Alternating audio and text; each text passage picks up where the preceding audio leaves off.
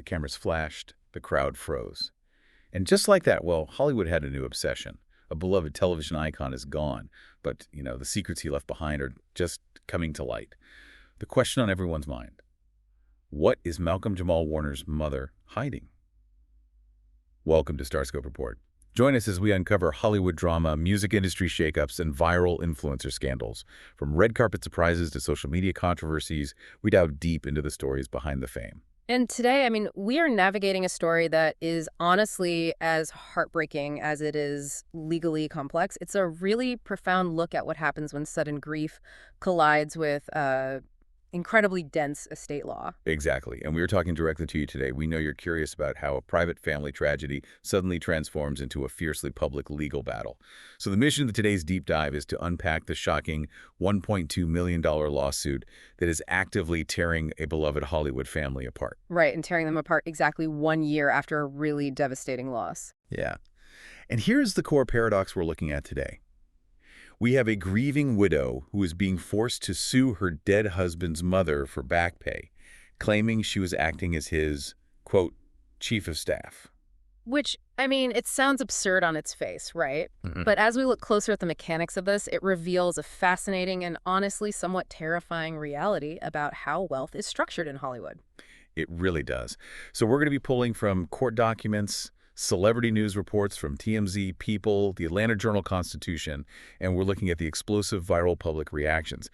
But to really understand the magnitude of this lawsuit, we have to start with the tragedy that set this entire chain of events into motion. Yeah, we have to go back to the beginning. Right. So on July 20th, 2025, Malcolm-Jamal Warner died in an accidental drowning while on a family vacation in Costa Rica. Mm-hmm. It was sudden, it was devastating, and, the outpouring of love from fans was immediate. It was everywhere. But what really stands out when you look back at Malcolm's life is just how fiercely protective he was of his privacy. Oh, absolutely. For years, the general public didn't even know the names of his wife or his child. It was only really through the lens of this recent tragedy and the subsequent legal filings that the public was formally introduced to Dr. Tenisha Warner and their 9-year-old daughter, Mackenzie. Right, because he was famous for avoiding the tabloid spotlight. Yeah. He actually spoke about them in what would be one of his final interviews on the Hot and Bothered podcast in May 2025. I remember that one. Yeah, he talked about how fatherhood was the, best decision of his life. He explained that he kept them private because they were his precious light, and he wanted to protect them from the harsh glare of Hollywood. Which makes this current public battle so much more tragic. It really does. Now, based on everything I've read, let me try to map this out for you. Think of Malcolm's privacy like a reinforced steel vault. He spent his entire career building this impenetrable structure to keep Hollywood's prying eyes out, to keep his family safe inside. But here's the problem with what happened after he died. He put all his money in a safe, which we'll call the 1996 trust, inside that vault, gave his mom the only combination, and then wrote his wife a check, which is the prenup. And when she went to cash it, she realized her check doesn't open the safe. That is a brilliant way to conceptualize the legal gridlock we are looking at. And what's fascinating here is the timeline, because it explains the foundation of that vault and how the safe got locked in the first place. Oh, the timeline is crucial. Right. They didn't just rush into a marriage. They dated for about 5 years before legally marrying in May 2022. They had to navigate blending their lives, especially considering they initially had a very different long-term goals. She wanted a family, and he reportedly hadn't planned on becoming a father. Right, but their bond deepened, they had their daughter, and they decided to marry. Exactly. But here's the critical detail. Just days before that wedding, in May 2022, they signed a prenuptial agreement. And that very document is the catalyst for the current war.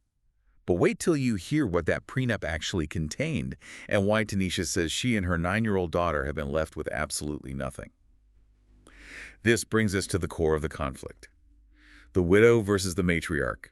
A $1.2 million battle over a broken promise. The main event here is the lawsuit filed in DeKalb County Superior Court in Georgia. And the date of the filing is highly significant. Oh, yeah. It was filed on July 20th, 2026, the exact 1-year anniversary of Malcolm's death. Tenisha is suing Malcolm's mother, Pamela Warner. And she's not just suing for emotional damages or some vague inheritance. She is claiming that Malcolm failed to set up specific financial obligations that were legally mandated by their prenuptial agreement. Right, it's very detailed. Let's break down this list because it is incredibly specific.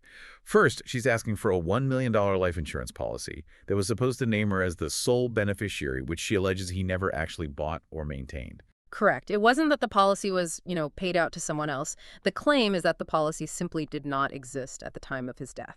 Wow. Then there's a demand for $195,000 in back pay. The prenup apparently stipulated a $5,000 a month salary for Tenisha, acting as his, quote, chief of staff. Okay, wait, I have to stop right there. I had a feeling you would. Chief of staff. For her own husband. Yeah. Like, is that normal in Hollywood prenups? Or is she positioning herself as an employee to ensure she gets paid as a creditor? I mean, who puts their spouse on payroll like a corporate executive? It raises an eyebrow, doesn't it? But, well, if we connect this to the bigger picture of high net worth estate planning, it actually makes a clinical sort of sense. Really? Yeah.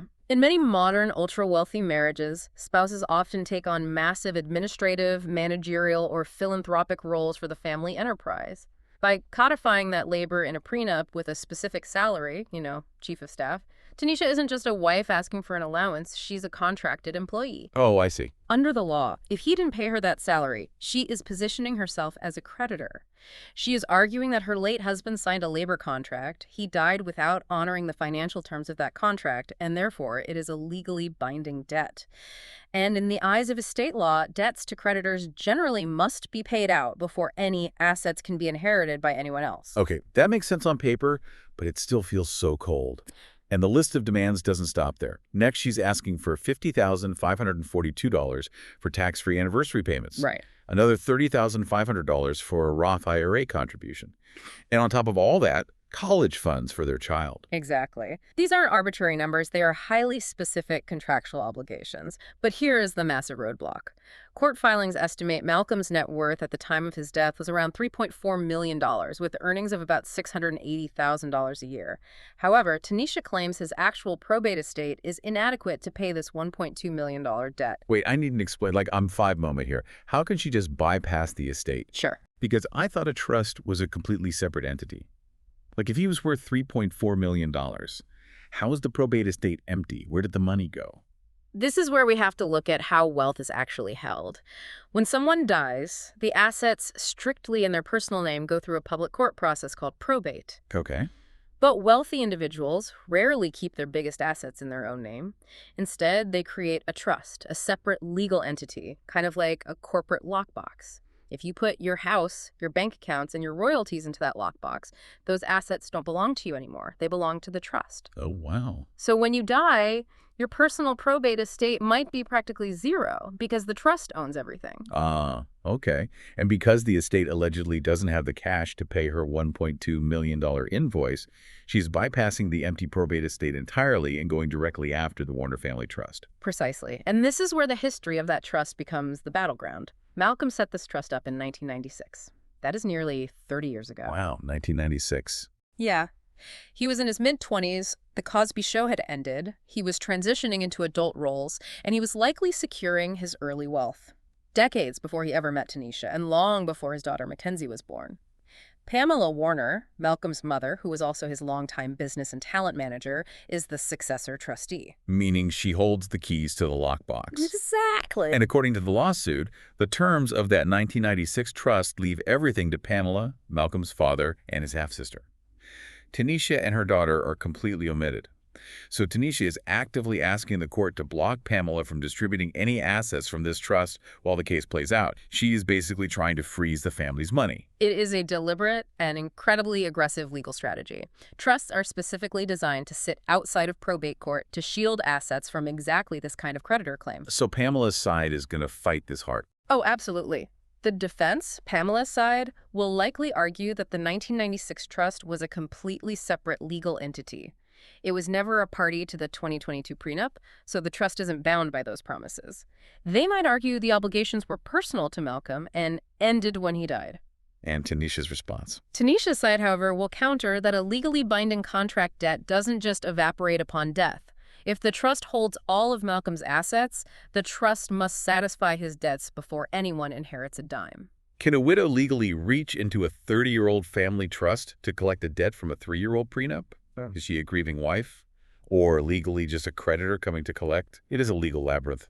By the way, if you're loving these Hollywood twists and legal maneuvers, make sure you're subscribed. We've got even crazier stories ahead. The legal mechanics alone are enough to make your head spin, but, lawsuits between family members rarely stay contained to just the paperwork. Oh, definitely not. If the legal battle over this trust is this aggressive on paper, I can't imagine what it looks like behind closed doors. Like, how are they actually treating each other? Later in the deep dive, we'll talk about the subliminal shots fired on social media that show how deeply personal this has become. Because you have to remember, at the center of this are real people who lost a son, a husband, and a father. This isn't just happening in a DeKalb County courthouse. It's playing out in front of millions of fans online. And the physical reality of this dispute has already hit home for Tenisha and her daughter. Yes, the tension behind the scenes is palpable. According to the reports, Pamela Warner allegedly sold the family's Studio City home in Los Angeles. And she reportedly did this against Tenisha's wishes and without proper notice, effectively forcing the widow and her 9-year-old daughter to vacate the premises. That detail is staggering. It moves the conflict from abstract financial demands on a spreadsheet to immediate physical displacement. Imagine grieving your husband and suddenly being told by your mother-in-law that the house you live in is being sold out from under you. And then the silence broke. On the first anniversary of Malcolm's death, Pamela Warner posted a tribute to her son on his Living Legacy Instagram page. She talked about finding peace and knowing that her son loved and trusted her, but then she dropped a massive, thinly veiled bombshell. Yeah, this was huge. She wrote, quote, "During my year-long journey, I have discovered how cruel, evil, and greedy a human can be." Wow. And while she didn't name Tenisha directly, the timing of that post, coinciding exactly with the filing of a $1.2 million lawsuit against her, makes the implication incredibly clear. And naturally, the internet took notice immediately. Oh, the viral reaction was intense. We dug into the comments on Reddit, specifically the r/FOMOI community, as well as YouTube commentary. And, the public is sharply divided, basically acting as an impromptu jury. And I want to be very clear here. We are looking at this impartially. We are not taking sides. We are simply presenting the facts of how the public is responding to this incredibly complex situation. The reactions broadly fall into two camps: the critics and the defenders. Let's look at the critics first, because they zeroed in on something very specific in the court documents. Okay. Many commenters are attacking Tenisha for the cold, transactional nature of the lawsuit. In her legal filing, to prove she fulfilled her end of the prenuptial agreement, Tenisha's complaint states she performed her obligations by, quote, entering into and remaining in the marriage until the decedent's death. Right, and people saw that and recoiled. They read, remaining in the marriage until his death, and interpreted it as her saying she stayed just to get a payout. Critics argue that she is aggressively fighting a mother who just suffered the unimaginable loss of her son. The optics of demanding back pay for being his chief of staff while the mother is grieving, well, it rubs a lot of people the wrong way. It definitely looks bad if you view it through an emotional lens, but this raises an incredibly important point about how the legal system actually works, which is exactly what the defenders in the comment sections, including actual lawyers weighing in on Reddit, pointed out. Right. In contract law, you cannot claim a payout unless you prove two things: consideration and performance. You have to legally prove you did your job under the contract. Wait, so she had to use that exact language, like she didn't have a choice? Yes. That cold language about remaining in the marriage, that is standard boilerplate legal phrasing required to prove a breach of contract. It is a structural requirement of the lawsuit, not a reflection of her emotional state. The legal system doesn't care if you're sad. It cares if you fulfilled the terms of the document. It forces grieving people to sound like emotionless robots on paper. That is such a huge aha moment for me, because when you read it in a headline, it sounds incredibly calculating. But when you realize her lawyers literally had to write it that way just to get the filing accepted, it completely changes the context.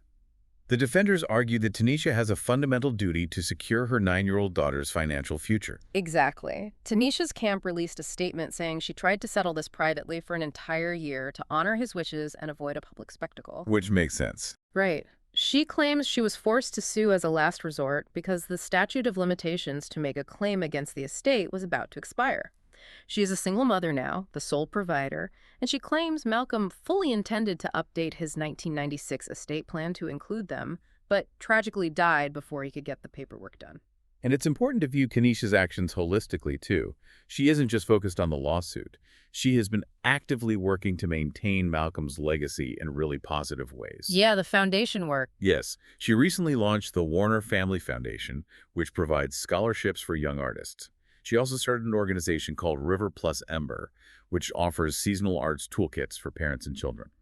So we have a woman building an arts foundation in her husband's memory, while simultaneously suing his mother for over $1 million. What it means is that grief is not a monolith, and human behavior under immense stress is deeply contradictory. If we look at the broader human picture, this is a devastating case study in how the combination of sudden grief and complex, outdated legal paperwork can turn a family into opposing factions. It's a tragedy compounded by bureaucracy. Precisely. This isn't just a story about Hollywood money. You have a mother, Tenisha, fighting tooth and nail for her young child's financial survival in a world where she suddenly finds herself legally cut out of the assets. Yeah. On the other side, you have a matriarch, Pamela, who was her son's manager for decades, protecting what she views as his 30-year-old wishes. She is managing a trust she believes she is legally duty-bound to defend, all while mourning the sudden loss of her child. It's two different types of maternal instinct crashing into each other in a courtroom. You hear people say all the time, get your affairs in order. But this deep dive really shows that getting your affairs in order isn't a one-time event you check off a list in 1996. It requires constant updating, especially when life changes as drastically as getting married and having a child. The failure to align the 2022 prenuptial promises with the reality of the 1996 trust is what created this battleground. It is a stark reminder that legal documents don't have emotions, but the people left behind to interpret them certainly do. Which brings us to a final thought for you to take away today. We started this deep dive talking about the reinforced steel vault Malcolm built to protect his family's privacy. But when that vault was finally forced open by tragedy, it wasn't full of memories. It was full of contracts, clauses, and loopholes. It makes you wonder. When we reduce the vows of marriage to itemized spreadsheets and corporate chief of staff salaries, does the very existence of a meticulously detailed prenup fundamentally change how a family grieves? Does it force a period of mourning to instantly transform into a cold transactional audit, stripping the humanity away from the loss? It's something to think about the next time we hear about the glamorous, bulletproof contracts of the rich and famous. You've been listening to StarScope Report, where we uncover the stories shaping Hollywood, music, and pop culture. Thanks for tuning in, and don't forget to subscribe for more stories that keep the stars shining.